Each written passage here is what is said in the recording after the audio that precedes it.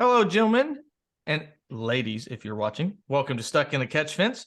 I'm your host, Ryan Peters. This is our weekly show as we get ready to break down all of the news in NASCAR, or what little news there is, and also give you a couple topics to think about as we head to the desert, where 2 weeks ago it just got done snowing. It's no desert out here. Yes. You're saying it's an ice desert. skating rink. You're saying that. You got me all excited. I thought you said dessert. No, Yeah. desert. That's It's a add terrible the joke. S. Let me put it. Take away the cake. No. Yeah, you can make dessert out here. Snow cones. Yeah. I'll tell you what. That's a terribly bad joke. Go ahead, Ryan. That was a terrible joke, but Yes. you're a dad, so you're allowed to make Yeah, those type bad of dad jokes. joke. So my name's Ryan Peters. I'm joined with Joe Spillman and Steve Risley, like we are on every weekly show. Thank you guys for joining in. How are you gentlemen doing on this wonderful Thursday evening? I'm doing great. I'm always doing good. Unless I lose a bunch of money on a race, and that pisses me off. Steve? I'm doing good.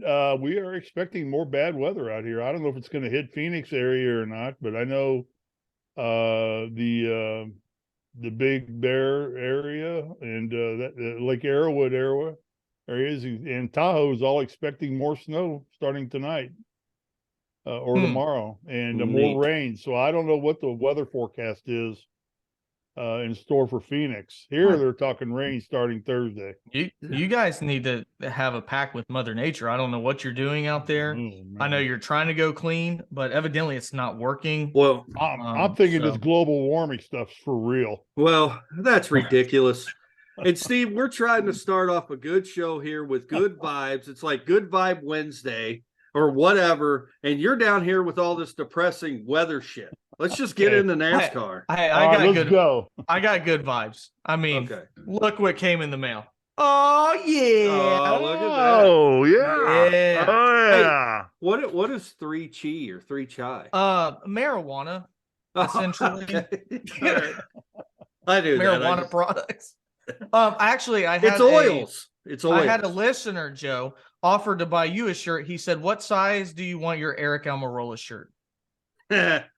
Extra small. Oh yeah. Yeah.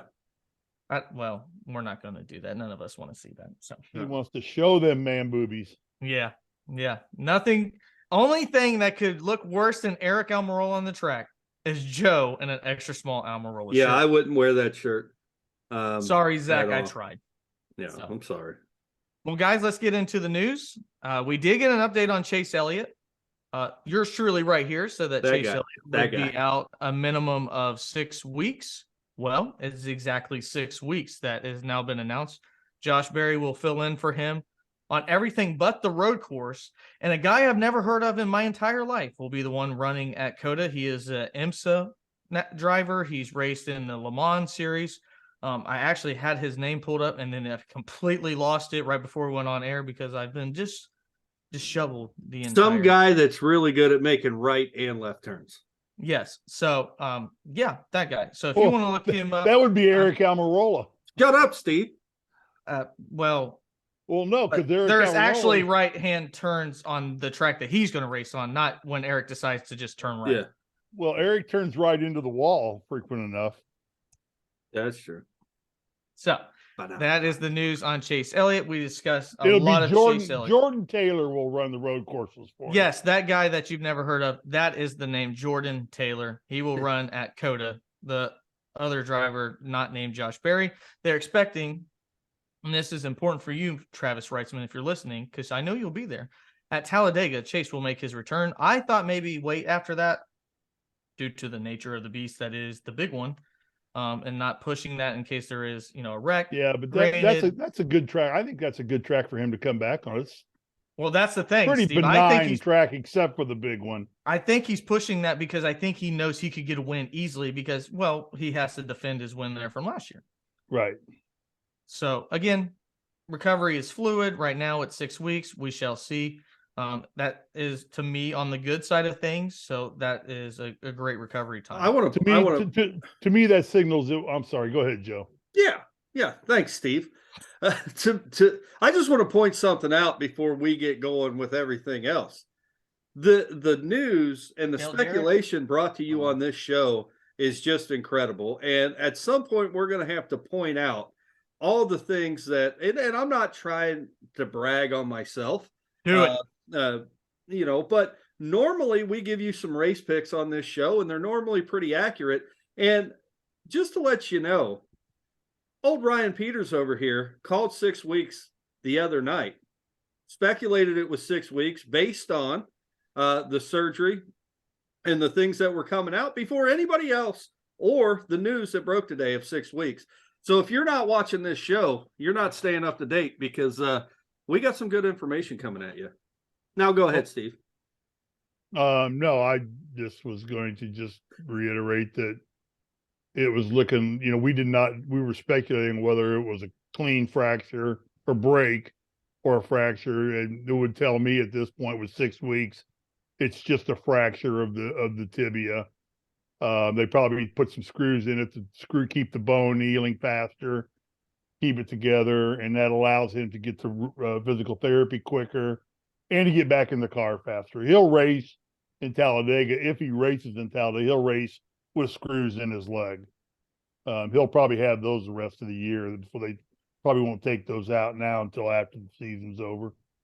Or possibly. And Ryan, you can address that more because you are a physical therapist. So I'm not a physical therapist. I work in occupational therapy, and people that don't know the difference would be very upset if I don't clarify the difference. So, but to that same nature, I am a therapy director.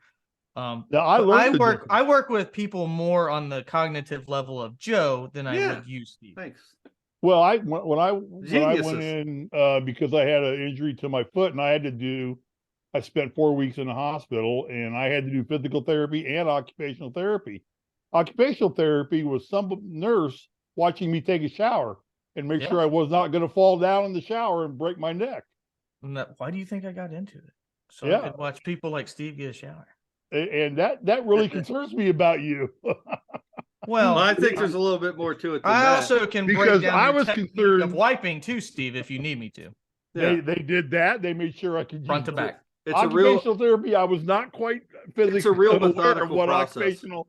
They walked me down to the bathroom with their little hand on my belt or robe, whatever I had on, and they said, "Okay, get undressed." And I'm like, "Okay." So I started to pull the thing shut. It's like there was no chicken brown cow. Yeah. So I said, "Are you going to watch me?" And she said, "Well, it's occupational therapy." I'm like, "Okay." Seen a helicopter? I came to the realization. All right, let's stop. This is what they do for a living. So yes. Nothing personal. It's all personal in the therapy world, actually. So if you are afraid to get into safe spaces, then don't take up healthcare. So other news. Speaking of packages, we're going to run the short track package. Oh no! For the first time this year. So we will see. Do you even know what you just said? The short package, short track pack. I wrote short package, but I didn't know we were going to talk about you getting undressed, Steve. So it just all came together. That is life, all uniting as one. The other news is that Kimi Räikkönen will race for Trackhouse and their Project 91 at COTA. So that's exciting to see, a former Formula One racer, where his last win was at COTA. He ended up running okay at Watkins Glen, and then I think his car ended up failing out or something like that towards the end of it. So again, Project 91, just to get out some all-around worldly talent or drivers that haven't been in the car for a while for Trackhouse. Mainly, it's to push sponsorship. Let's not question it any more than that. But guys, this is what the biggest news to me. The one that surprised me the most, because we had a huge show on this, primarily over Chase Elliott, and also a little bit about Auto Week stealing our title. But 12%, that is the number of viewership down from last year's Las Vegas race, now knowing that Chase Elliott is not going to run. Now, if you want to take a holistic approach when it comes to auto sports in general, F1 Series race was down 2% compared to last year. The Xfinity race was about the same, but 12% from last year's race to this year's race Steve, I'll start with you. I think that's pretty tangible data to look at to consider now that NASCAR's most popular driver is out. Most people decided they weren't going to watch. Well, most people, I mean, it's just barely over 10%. So I don't know. Yeah, but it's a chunk. It's a chunk of people. Most people being relative Chase fans. That's what I would Well, consider. and the funny thing is I looked at it this weekend and I'm like, I found myself being a little I mean, I just today set all my DVRs and everything today to make sure I got the race covered in case for some unforeseeable reason I have something else I got to go do real quick. I do have the race covered on 2 DVRs in my house and qualifying and everything else. But 2 DVRs, you can never be too careful. You gotta have backup. No, yeah. Well, I sometimes like to lay in bed and just watch the damn race because everything's on in the morning here, as opposed to in the afternoon where you guys are. So that being said, I found myself thinking and saying I'm going to just kind of monitor myself on this, and I'm a little more ambivalent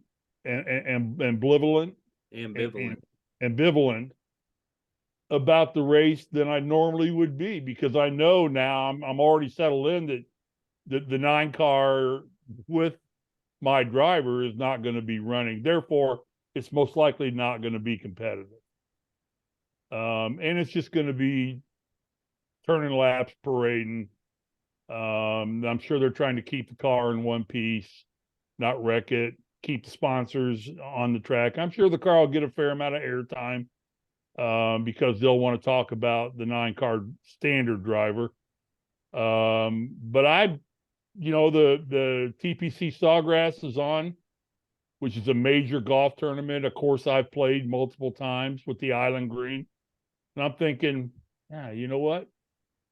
I may DVR the race and watch the golf live and just come back. But then I thought, well, we'll be doing a post-race show. I probably ought to watch the race.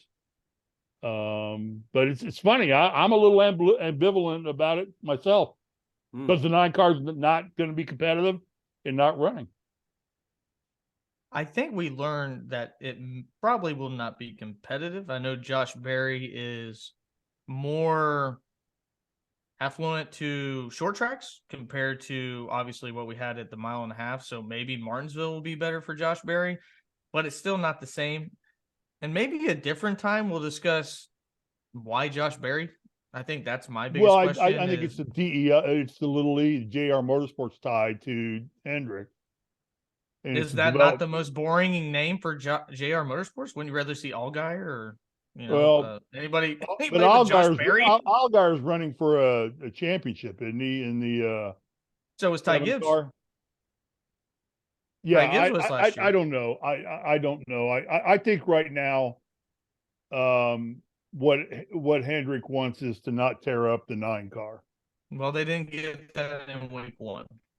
Pardon? Because he hit the wall.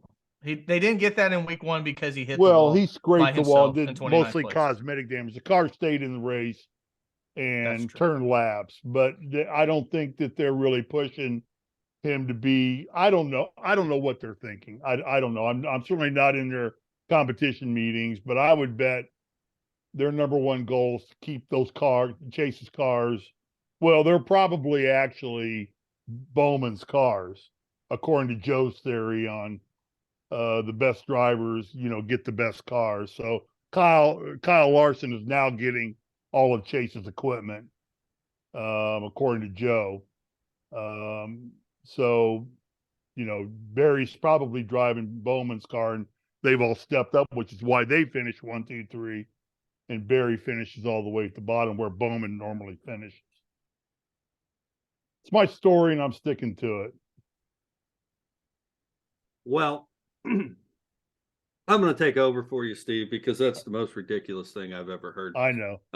To your point about viewership being down 12% for the Las Vegas race, it's very clear that Chase Elliott is going to have an impact on attendance for Las Vegas. I think we lost Ryan for a second. I'm sure he'll be back.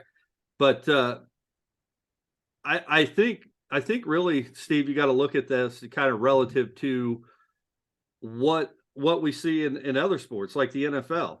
Take into account, I go to Bengals games all the time. Take into account that, with Cleveland not having a quarterback the majority of the season, Cleveland didn't travel to Cincinnati in droves like it normally does, right? Baltimore, even for a playoff game against Cincinnati with their quarterback, with Lamar Jackson being out, did not travel to Cincinnati for a playoff game. So I think that is what we're going to see for the next 6 weeks in NASCAR is droves of fans just not showing up, because why would they? The driver that they're going to come and root and cheer for is not going to be there. So I guess we'll have to see if that improves over the next couple of weeks, but I highly doubt it. Well, Joe, that's an interesting point. And I guess the question I have right now, the scary part to me, and Ryan, I'm going to ask you to have an input on this. Should we be concerned that viewership falls off 12% when one driver is knocked out for 6 weeks? I mean, is that a little concerning to the sport in general? Go ahead. I think going into this race coming up at Phoenix, now that we know that Chase Elliott's going to be back in 6 weeks, I think that that's better for overall planning, because we had no idea how long it would take for Chase Elliott to come back. So now that we know it's about a month, I think you are going to see the fact that, viewership is going to be down. But the overall answer to your question, Steve, that one person has that potential power to ruin the viewership, yeah, I think that's a big concern. But at the same time, if the Bulls didn't have Michael Jordan, which they didn't for a couple seasons, how much percent of their viewership was lost? I don't know. A lot. Yeah. So, and that's kind of what I look at it as. Do the Lakers, like out where you are, when, LeBron gets a hangnail and he's not able to play, do people turn off Lakers games? I don't know what percent that is. If they even watch it in general. Nobody watches Lakers games anyway. So, that's kind of where I'm looking at. Ryan, and let me ask you this question then, Ryan. Joe, chime in. What does this do for Talladega then? Does Talladega set some records? Because that's a big race anyway. I mean, Talladega is a big viewership race anyway. Now you've got the return of the prodigal son. Joe, Ryan, does that make that race even bigger? I really think, Steve, Talladega is always a big race. Yeah. Anyway, it always rivals the 500 as far as viewership. Slightly lower, maybe. I could see maybe a little bit of a boost in ratings and maybe attendance for Talladega, but I think Talladega is Talladega, and people go for the track and the culture of Talladega. As far as attendance, I mean, for sure, the ratings boost of Talladega. I think if Chase Elliott would have been out for the Daytona 500, I still think you have 8 million tuning in for the Daytona 500. Because it's the Daytona 500, and the same way with Talladega. But yeah, there might be a slight boost. What do you think, Ryan? I think with Talladega, I think that people are going to show up no matter what, because the excitement that is Talladega. I would be more worried about, say, Martinsville or something like Phoenix, or especially Richmond, something like that, where, viewers or attendance is not great anyway, especially in the spring. Places that have 2 races. Talladega, I don't feel that way. I think most people enjoy going out in the spring to Alabama, and also that's close to where he's from. So I think a lot of tickets have already been purchased just being out there last year. So I wouldn't say Talladega. I think that if it was like the Indy road course, then I'd be petrified if Chase Elliott wasn't going to come. Something of that nature. To where, maybe even Coda. I don't know. It's so new. And now that you don't have the best star out there, at least when it comes to fandom, and also, his opportunity to win.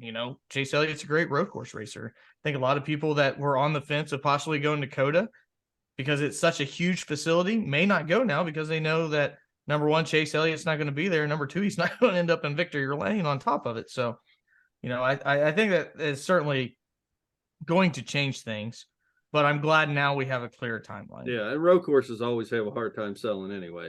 I mean, really. Yeah, but So come on, man, that's Austin. That's spare ribs and beer. Well, those people are looking for a place to park their RVs out there, and that's true. But most people that go see a race want to see more than 1/8 of it. yeah, 1/8 might be actually considered. well, a little high. And I don't think race attendance is affected because Talladega is a sellout anyway. Mm-hmm. Right. And that's what I'm saying. I mean, I mean, if you see a boost, it's going to be in viewership, but it's going to be TV viewership. You know, but you know what they had last year, and I think I'm trying to remember back. I think there was 7 million people for Talladega, the first race last year, tuned in. It'll be bigger than that. Yeah, you know, so Chase's return. So it might rival the Daytona 500 this year, but it's not going to be anything that anybody gets super excited about. And really, I mean, I don't know other than being fans of the sport and wanting to see it grow, you know, year by year. I don't know why it matters to us three anyway, because it's not putting any money in our pockets. Yeah, it's be interesting to see because we talked about this on the Sunday show a little bit. I think we talked about the fact that we're going to see a little different mentality out of Chase Elliott because basically he needs to win. I mean, points wise, he's not going to make it on points if anybody makes it on points, but he's got to win. And Talladega, he's a defending champion. It's an easy track if you can stay out of the big one to win at. But if you can stay out of the big one, it's a $10 question. So it'd be interesting to see how he runs Talladega. First race back. Right. Does he just go back to the back of pack and parade and sit and just say, I'm going to get the feel of the car again and think I can win a road course or win, I got another shot at Talladega and another shot at Daytona later on. Second Talladega is in the playoffs. Yeah. So and he's already got to get there first.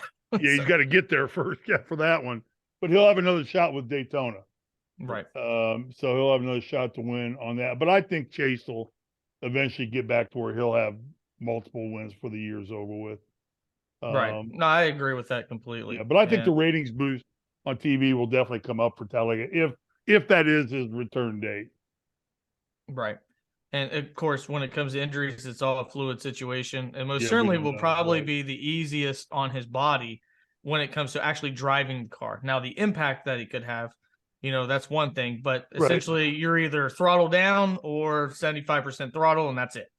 There's not a lot of braking unless you're going to the pits. So it kind of makes sense from that standpoint. And what we know, we can never predict a wreck when it comes to tapered spacer racing now, not restrictor plates. But moving on to the first topic of today, that was the news.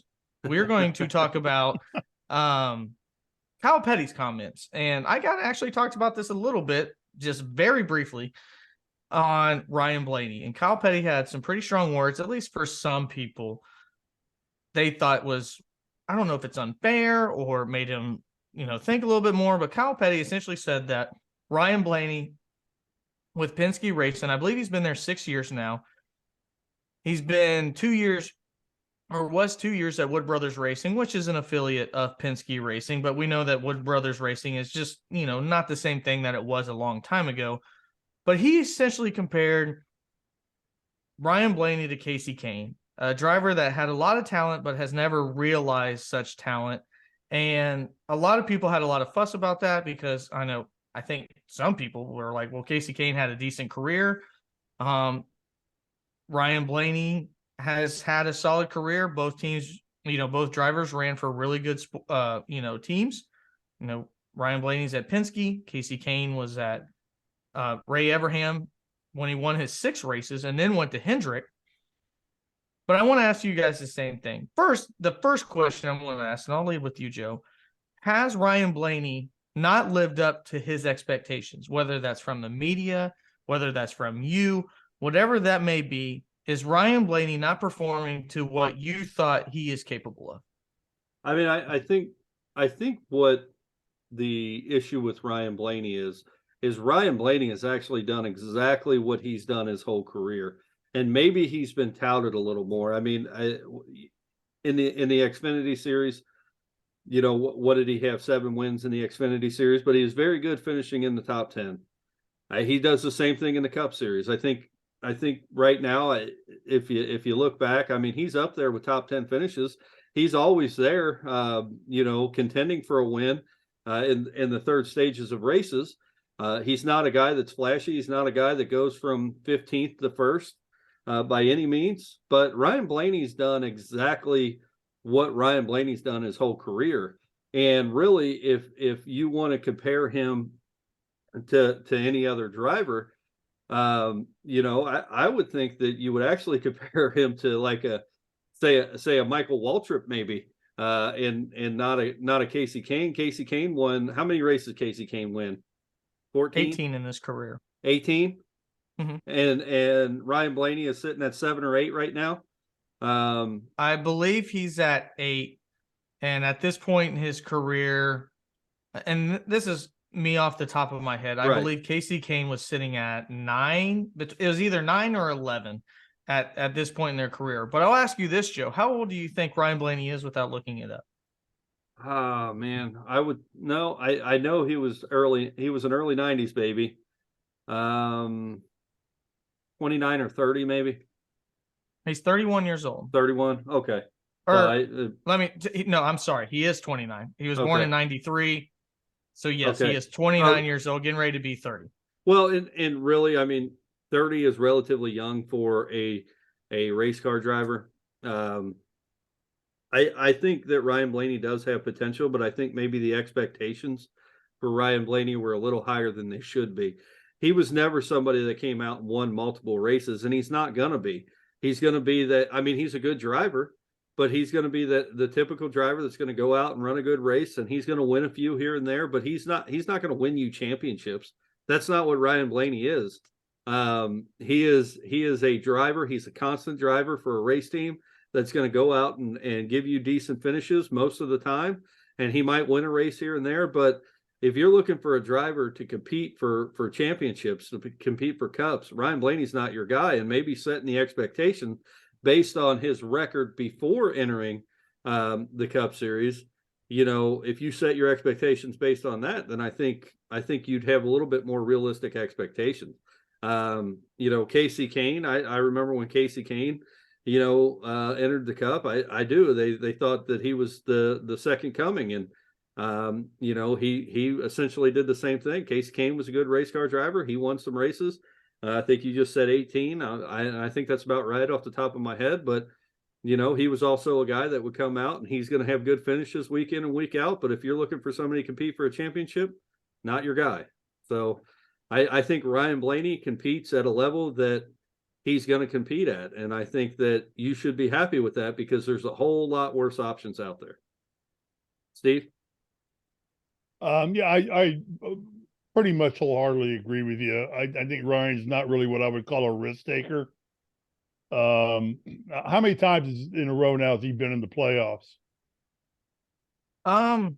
That's a good question. I'm pretty sure he's been in the playoffs all but one time with Penske, and he's been there 6 years. Yeah, right. So he's consistent. I mean, he's a playoff driver, but I don't see him as a big risk taker, somebody who overtly pushes the envelope. He doesn't cause a lot of wrecks, but he gets involved in them again because he runs up front or runs with cars that are hard chargers, like a Bubba Wallace or something.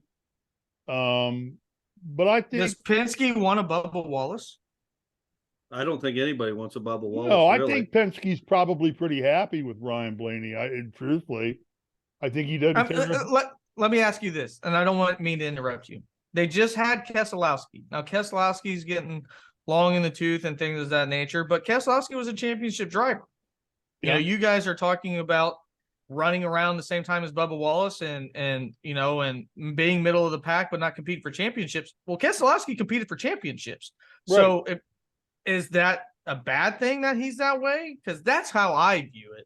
So let me set it more like that. And to preface this, I did just look up Ryan Blaney career stats just so we have them. He's been in the Cup Series for 10 years.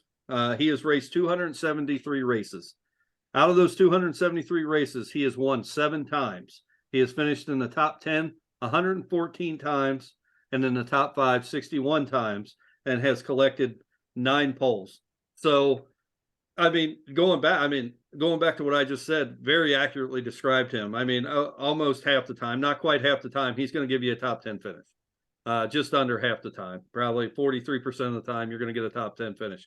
He's a very consistent driver, and I think that that's what your expectations have to be. I don't think he's ever going to be a driver that's going to carry a huge fan base. I think that's what people expected out of him, but he is what he is. Go ahead, Steve. Sorry for no. Well, Steve, let me preface it this way, Steve. When winning is at an all-time high, and he's been and he's been racing for 10 years, he's got 7 wins. Is that good enough for Penske Racing? That's a good question. I mean, Penske tends to be a more conservative team out there. I think, and they've got Logano, who's kind of a hothead on the track. Cindric really, he's developing. Give him time to develop. Obviously, he's only his second year. Blaney, I think, is a steady Eddie for him.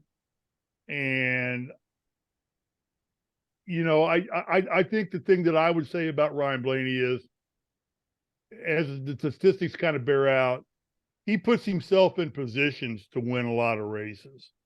And I think that's the first thing you want out of a driver, is get yourself in position to win. And then we all know good things got to happen to people that win races. Unless you're a Kyle Busch, who, you know, is just a superlative driver. You know, or a Kyle Larson. And I don't even know if I'd put Chase Elliott in that category, being a superlative driver. I think Chase is a very good driver, but he's in great equipment and he drives smart. But I don't know that I'd ever put Chase Elliott in the same category as Kyle Busch in terms of being a driver. Chase Elliott's never going to win 60 races in NASCAR. I don't believe that. And I don't think Ryan Blaney is, but I think Blaney, what he does is for Penske is his car's always up front. He qualifies well, he runs well, and he's always in the hunt. And his name is mentioned frequently at the end of races. He's a quality second driver. And just to preface everything that we're saying, Joey Logano for Penske has 510 races, or not all for, but he has 510 Cup races. He's got 31 wins, 150 top 5s. How many DNFs does and 259 top 10s. He does. He has 41 DNFs. Yeah. How many DNFs does Blaney have? I don't know if I have that information. Okay. I'll try to find it for you. Yeah, but see, I think Blaney is a good secondary driver to have on your team. I think he runs his car well. He doesn't tear the hell out of equipment. His name is always mentioned. You know, he gets good sponsorship. And I think he's a popular driver. He's one of Chase Elliott's best friends. That's no bad place to be. You know. And he's one of Bubba Wallace's best friends. Yeah. Well, Bubba and Chase are friends. But anyway, we don't want to. That's not the point. No, I think it's a little comparing apples to oranges to compare. What's his name? The one car. Chastain. No, for the old Casey Kane. I don't think Casey Kane and Ryan Blaney. I don't think that Blaney's accomplished what Kane has accomplished in the sport yet. No, I think I think it's a fair comparison. Well, I mean, looking at where they are right now, I think Casey Kane, like I said, he had 9 or 11 wins at this point in his career. And I think a lot of people view Casey Kane as a disappointment because with Ray Abraham Racing, he did win 6 races in a year. And I think there's a lot of people waiting for Casey Kane to develop. And whenever he went to Hendrick, expected him to blow up. Well, we all waited for Ryan Blaney to move on from Wood Brothers to get to Penske. And I think you have to label them as the best team at Ford. I mean, nobody else is the best team right now. And to view your second driver as not capable, last year not capable of winning a race, now not capable of winning a championship at the top level of your team, I just don't know if that's the right mentality to have a guy out there running laps. You know, I have plenty I could say about Brad Keselowski, but I'll say this. He's found his way to victory lane. I think he's performing the equipment that he has right now when it comes to Roush Fenway Racing. And I think that is kudos to Brad Keselowski, even though I have all kinds of, there's a reason why he wrecked Joey Logano, because that's Brad Keselowski as well. But I don't think, how many top level teams if we're going to rate them, does your second driver not compete for championships? Well, let alone not compete for wins. And, Joe Gibbs Racing, you got Denny Hamlin, you got Martin Truex. I expect both of them to compete for championships. Even at their age, I expect that. Hell, I might even put Christopher Bell higher in both of them, if you're asking me personally. Hendrick Motorsports, what are you going to say? Kyle Larson and Chase Elliott. I expect both of them to compete for championships. I think even Trackhouse now expects Ross Chastain to compete for championships. With the talent, with the equipment that Ryan Blaney's in, I have always thought he's just good enough to get a top 10. That's how I've always felt. And yeah, that's good enough for some, but I think that should be the expectations for Austin Cindric, not Ryan Blaney. I think Ryan Blaney should be living up to the ability to compete for a championship or win any given Sunday. And last year he proved that wasn't even possible on that type of, expectations. So maybe I'm always different. I think there's more talented wheelmen in NASCAR, but don't get the same type of chances that Ryan Blaney has. I'm a type of person, I'd love to see Corey LaJoie. There was rumors that Corey LaJoie could have ran for the 9 car this year whenever Chase Elliott got hurt. I would love to see Corey LaJoie see what he could do in a Penske car, because I think Corey LaJoie is a better wheelman than Ryan Blaney. Because Ryan Blaney, I think his average finish is around 15th to 18th in his career. That's not great. 2 of those years, again, were with Wood Brothers, which 15th would have been great, if you were finishing with the Wood Brothers. But, I just feel like Ryan Blaney, some people thought were going to be some people realistically thought was a Hall of Famer in the making. And I just have never seen that talent. Now, whether that's my expectations of what he could be and he hasn't lived up to them, whether that's media's expectations that he's never lived up to, that's what we have to differentiate. If I think that a guy is the top 2 driver of his said manufacturer, I expect him to compete for championships, and I just don't see Ryan Blaney capable of that. Well, and to be fair, to Ryan Blaney in the sport of NASCAR, if Ryan Blaney would have started racing around the time or the year of his birth in 93, and he was as consistent then as he is now, he would have been competing for championships year in and year out, solely based on points. So, I don't want to say that Ryan Blaney is a bad race car driver. I will just say that maybe he is just driving outside of the era and time that he should have been driving in, because when we look at the sport now and so much emphasis being put on winning races and finishing and stage wins and playoff points, those are what you're going to have to do to compete. And the drivers that we're talking about, when we're talking about Kyle Busch, when we're talking about Chase Elliott and Kyle Larson and Joey Logano, that's what those guys are doing week in and week out. And week in and week out, they're competing for wins if they can keep their car together. And Ryan Blaney's, like I already said, he's not your guy for that. If you were still running a series that was solely based on points and your average finish, and you could average throughout the season, finish in the 8th or 9th, and be competing for a championship and points toward the end of the season, Ryan Blaney might be your guy for that. But let me ask you this, Joe. Go ahead.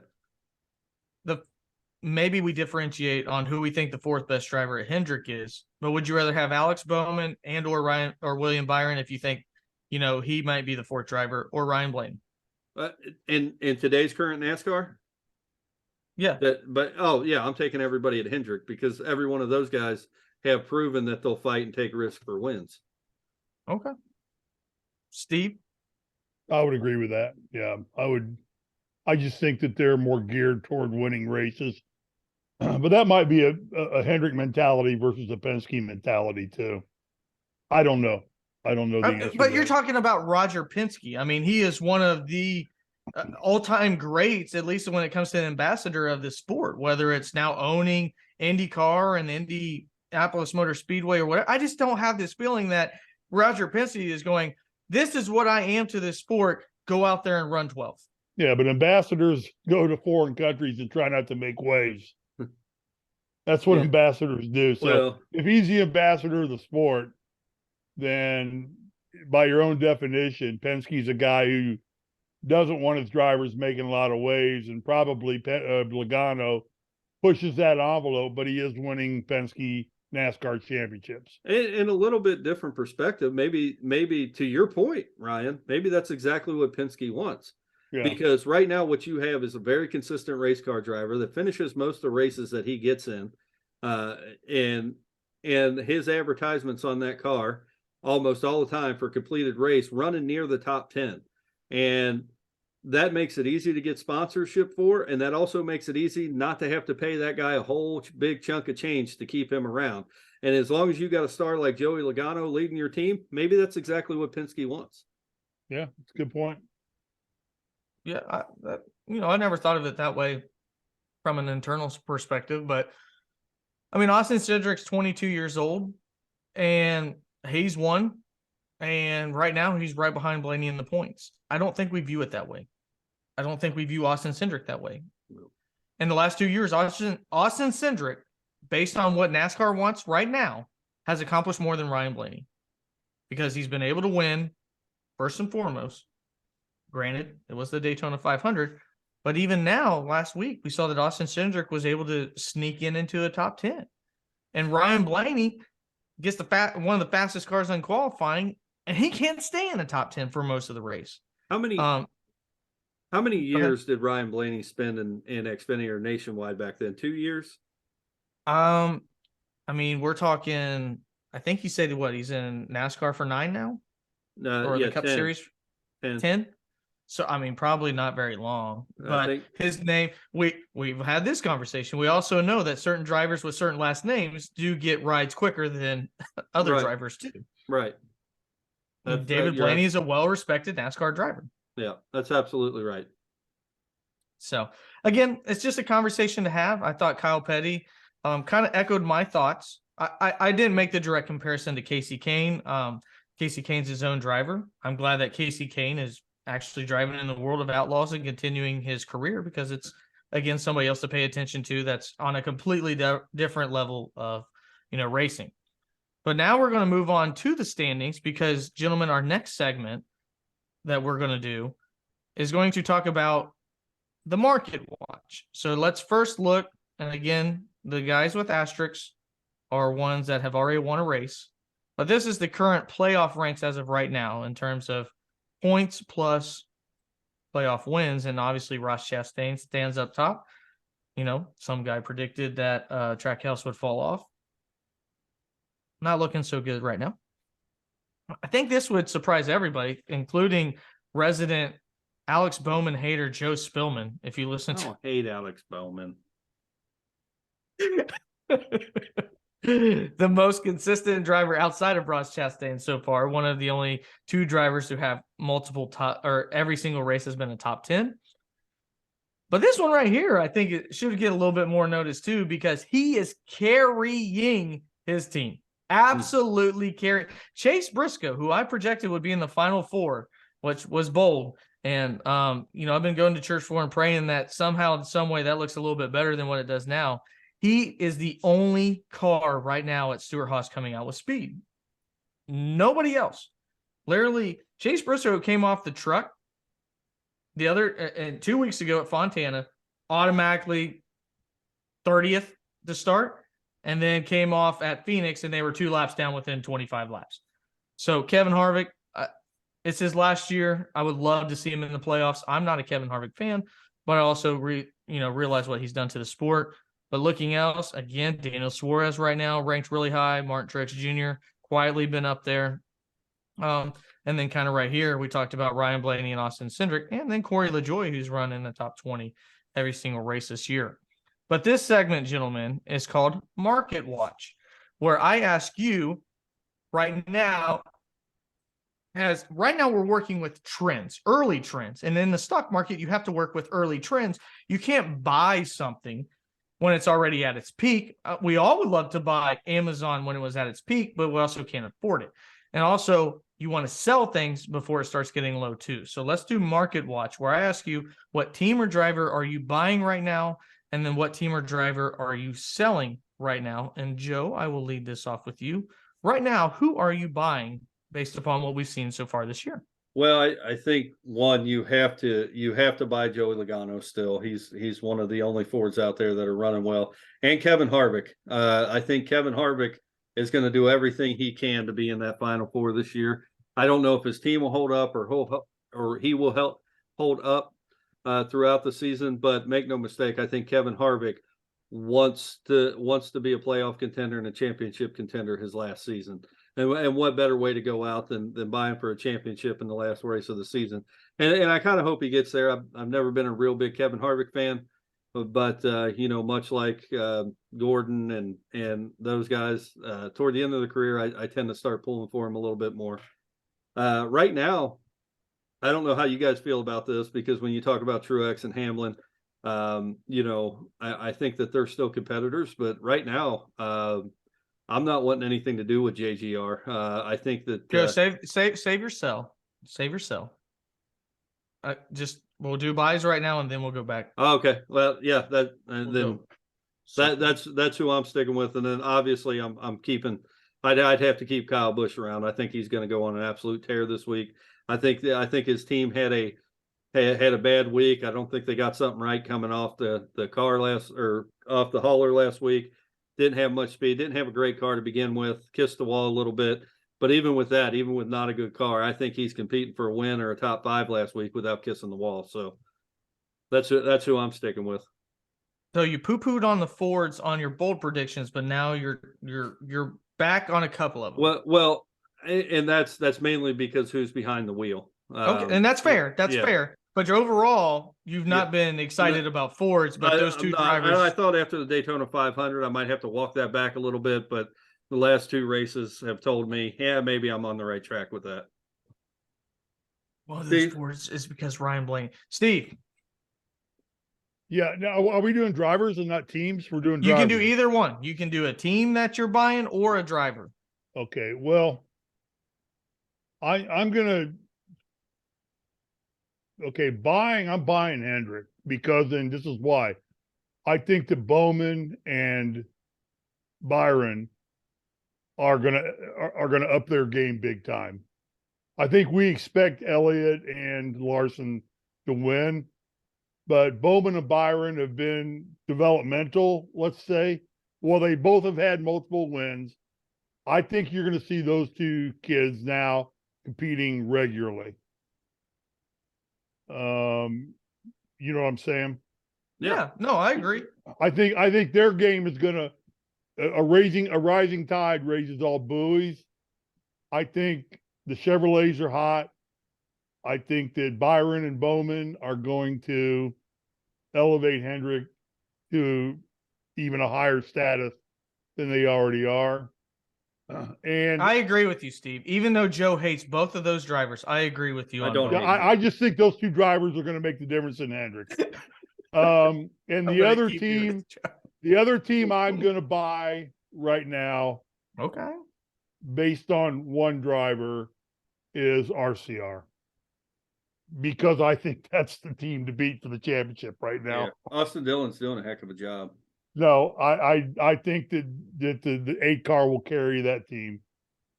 I do too. And Austin Kyle Busch, even though after a bad performance, did become the betting leader to win the championship this past week. Yeah. As he should be.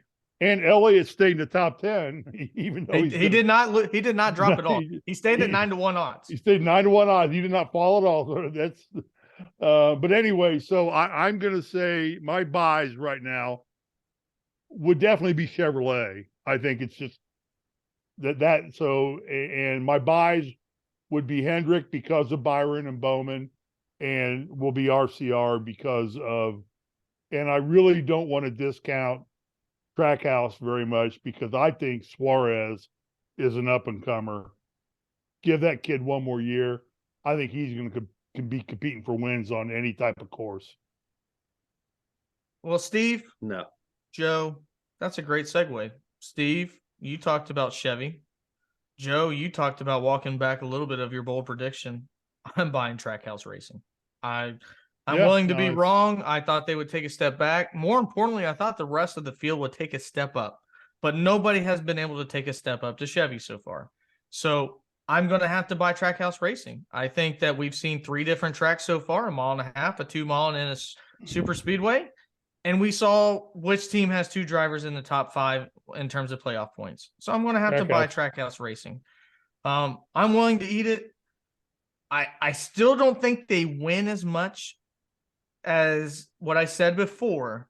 But if they can stay this type of consistent with this type of speed, they're going to find themselves into a win. That's just all there is to it. You can't just keep running top 5 and something doesn't break your way. Whether it be a late caution, whether it's Almirola spinning, whatever it may, it might even be Daniel Suarez spinning, for God's sakes, that gets Ross Chastain into victory lane. And we've seen what Ross Chastain will do. He will do what it takes to get into victory lane. He will ride the wall. He will wreck Allmendinger and Bowman at the same time if he has to.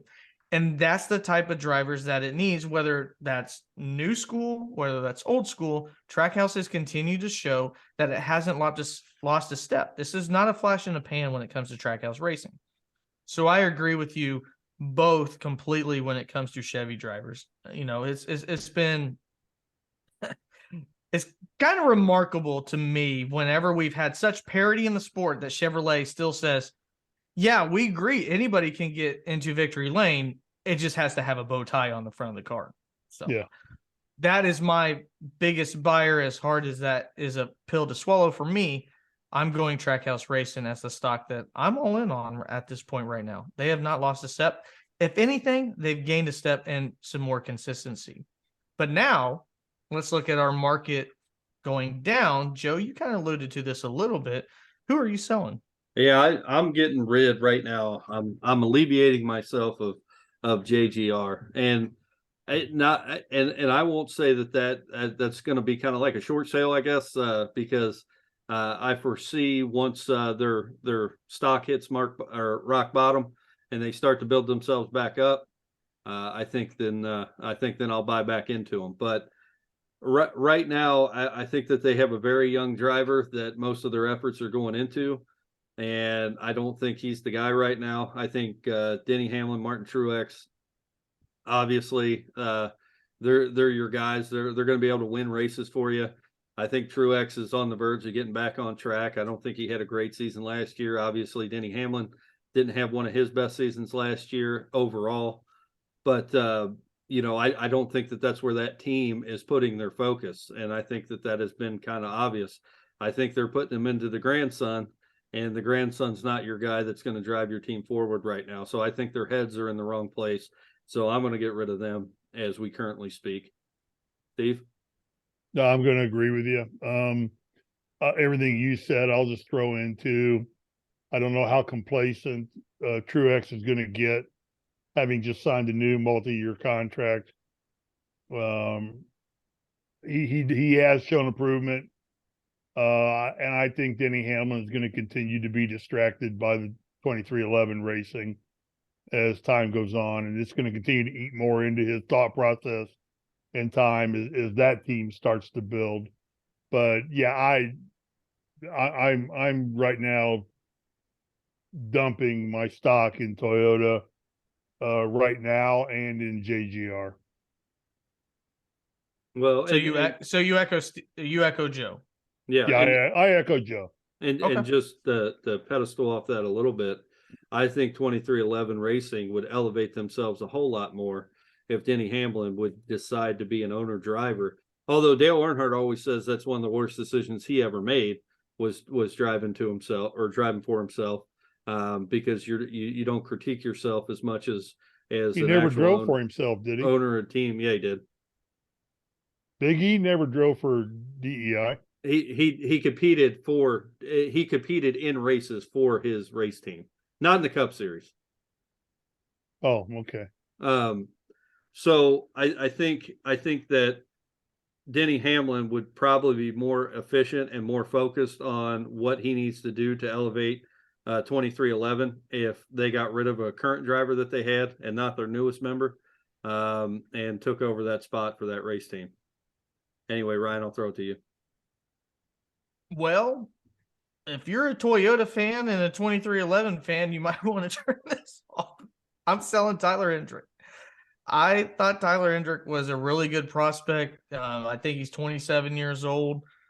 I like the way he ran for RCR, but now the more that I watch, I think that Tyler Reddick was a product of the RCR more so than he was his own talent. I think that 2311 has a lot of growing to do. And if anything, it's increased my appreciation of Kurt Busch, because I think Kurt Busch is one of the most underappreciated drivers of our time.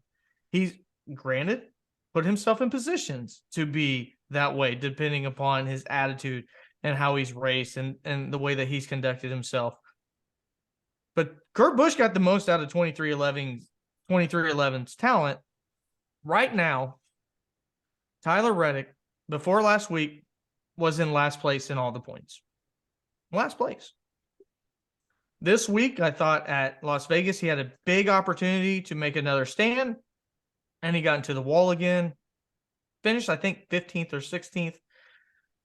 I had really high expectations for Tyler Reddick. I thought that going to Toyota would be better for him. But I really think that Toyota is behind the 8 ball when it comes to what they have in terms of motors, in terms of what they have as an overall product for NASCAR. But what Toyota has that Ford doesn't have is quality drivers. I'm going to take Denny Hamlin. I'm going to take Martin Truex. I'm going to take Christopher Bell over more people that are at Ford than I would at Toyota. And I think that they're able to get the more out of their car than, what some of the Ford drivers are able to get out of their vehicles. So that's where I'll go. And I'll say this one last thing. Another thing that I'm selling is the rookies this year. Noah Gragson and Ty Gibbs. I thought we had a really good chance to have a great opportunity to see what we haven't seen in a long time, and that's a run for Rookie of the Year. I thought Noah Gragson had the personality to be a really good driver, and I thought his opportunity driving the number 42 car was solid. He just literally got 3 pit penalties for speeding last week. 3. My driver gets 1 every race. He got 3. And then Ty Gibbs, I think exactly what you're saying, Joe. I think all the focus is on Ty Gibbs at JGR, but Ty Gibbs has 1 top 10 since we've seen him. Yeah, Ty Gibbs wasn't ready. No, he's not. He's not. His own grandpa said it last year. He was not ready. And you know why he said the truth? Because he thought he was going to re-sign Kyle Busch. Let's just put it that way. He thought he was going to re-sign Kyle Busch, and the opportunity for Ty Gibbs was not going to be last year until they realized, oh shit, we're not going to sign Kyle Busch. Guess who has to come up? Ty Gibbs. And I don't think he's ready. So I'm selling the rookie race. I don't think it's going to be nearly as good as what I initially thought. And I'm selling Tyler Reddick. I think Tyler Reddick is a good driver, but he is lowered in my expectations since he's moved on to 2311. I agree. All right. Well, that is our market watch. So if you would like to comment, let us know who you are raising your expectations on or possibly lowering your expectations on. And again, if you liked everything that we've shared so far, not to toot our own horn like Joe did. That's the only reason why Joe even went to band in high school, was to toot his own horn. Right. I was never in the band. That's not what you're, you know what? We won't get into it. You can like this episode. You can subscribe to the channel. We have a Patreon. If you want to grow with us, feel free to grow with us. We don't ever ask you to do it. You can do the things that are free. All it takes is 2 simple clicks. But I know that's really hard for you Gen Zers to actually click twice. And more importantly, stay attentive for more than 7 minutes. Right. So now we're going to get to our picks. Again, you can share that with us too. Joe, you lead it. Let me look over to the side here. You have 12 points. Yeah. I'm going to have a whole lot more after this week too. All right. Steve, you have 10. I'm in last. Let's just put it that way. I'm in last. I'm used to this. I am the Rick Ware Racing when it comes to our points. So, Joe, you that was rough. I'm not that bad. You guys could have defended me. None of you guys defended me, so screw both of you. Joe, you have the opportunity to choose first your 5 picks. What will they be?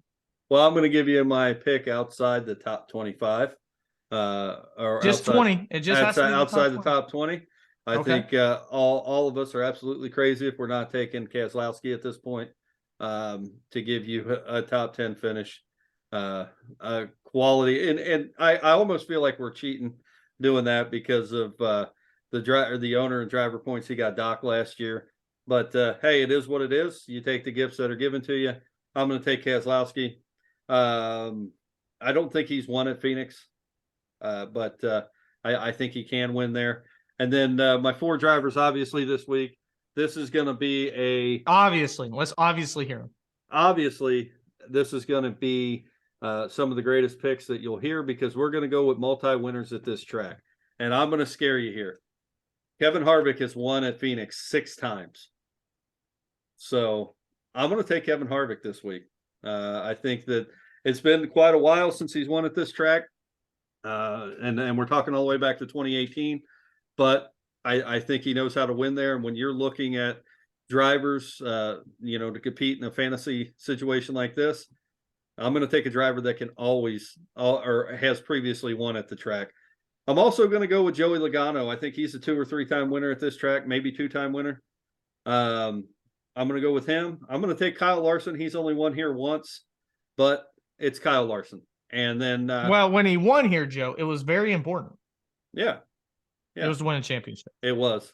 I wasn't going to throw that in there because I didn't want Steve taking him, but now he's going to take him. So, and obviously that was back in the season finale race in 2021. Don't look at me like that, Steve. And then, I'm pretty sure we're all going to take this guy, 3-time winner at this track, maybe 4-time winner, but I think off the top of my head, 3-time winner, the great Kyle Busch. All right. I have Ball game over down for this week. I'm sorry, guys.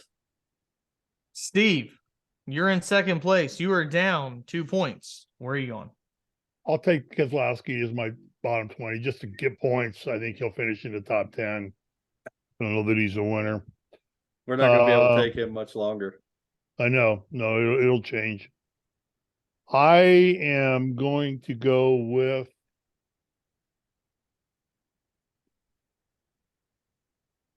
Ross Chastain.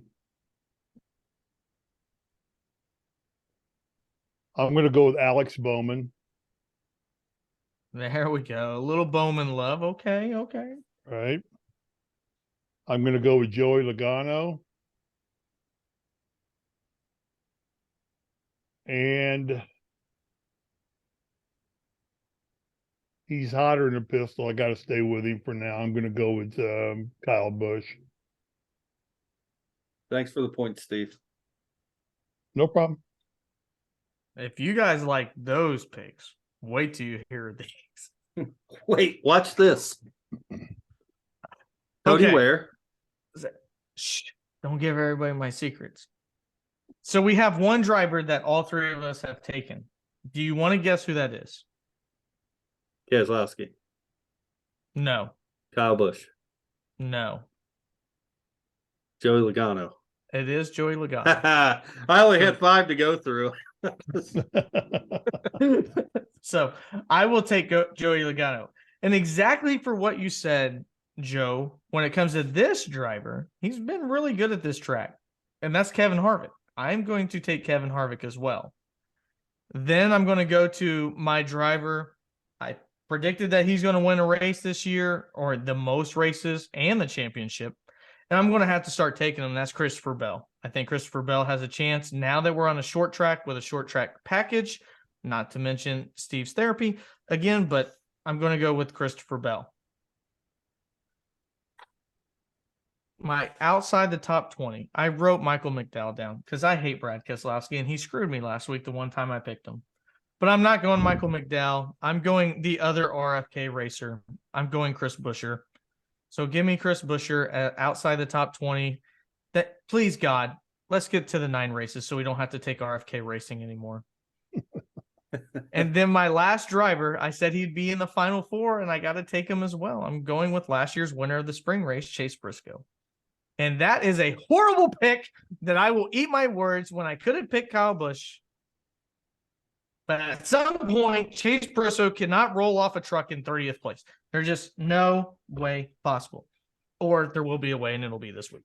Well, maybe if Tony Stewart gets out of the booth and starts acting like an owner, maybe they can improve their standings. He was out of the booth this last week. Yeah. We had Danica where constantly was he? getting interrupted. Where was he? Yeah, God. 2 laps down after 20 laps. Yeah, no, I'm talking about Tony Stewart. Oh, He's getting his track ready in Eldora.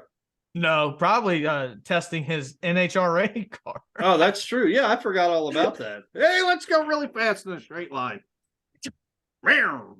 Over. Speaking that can go really fast in straight lines, cocaine acts. Anyway, so we're going to end the show. I'm sorry. Sorry, Joe. Do you gentlemen have anything else to say before we close this week's weekly show? I have one quick thing. Catch fence is 2 words, not 1 word. Not on this show, it's not. No, we're in Indiana. It's 1 word on this show. I just Googled it. It's 2 words. That's fine. Whatever you Googled. We put them together, Steve. Okay. I duck, go. I don't use Google. It's our creative. We may have young kids watching this that are going to now believe in poor grammar. Okay, well, young kids, if you're watching this, even though our demographic is 30 to 55, Steve, is Steve's age? Yeah, it's Steve's age, retirement. All right. I just want to get that off my chest. It's off my chest now. Yeah, we understand that, Steve. It's a creative license, license. Alteration. Because we didn't want too many initials. I thought we were rednecks turning left, not grammar police. Damn it. Okay. That's what I've been told. Is NASCAR is rednecks turning left, and here we have Mr. LA, Mr. doesn't stick up, who would stick up for Auto Week before he would stick up for us. Yeah. Grammar police. His own channel. Not using DuckDuckGo, using Google. Maybe somebody at Auto Week's just as smart as us. I can't believe you'd say that, Steve. I write for Auto Week. Yeah, well, whatever. Now we know who stole our headline. Joe. What? You got anything else? No. I'm done. Let's see what happens in Phoenix this week. I'm happy. Let's go Kyle Larson. No, let's go Kyle Busch. All good things. With that too. This show, I threw my checkered flag. This show has come to an end, much like Kentucky Speedway, who's no longer behind me. Instead, it's Dale Jarrett. We are ending this. So long. Thanks for joining us.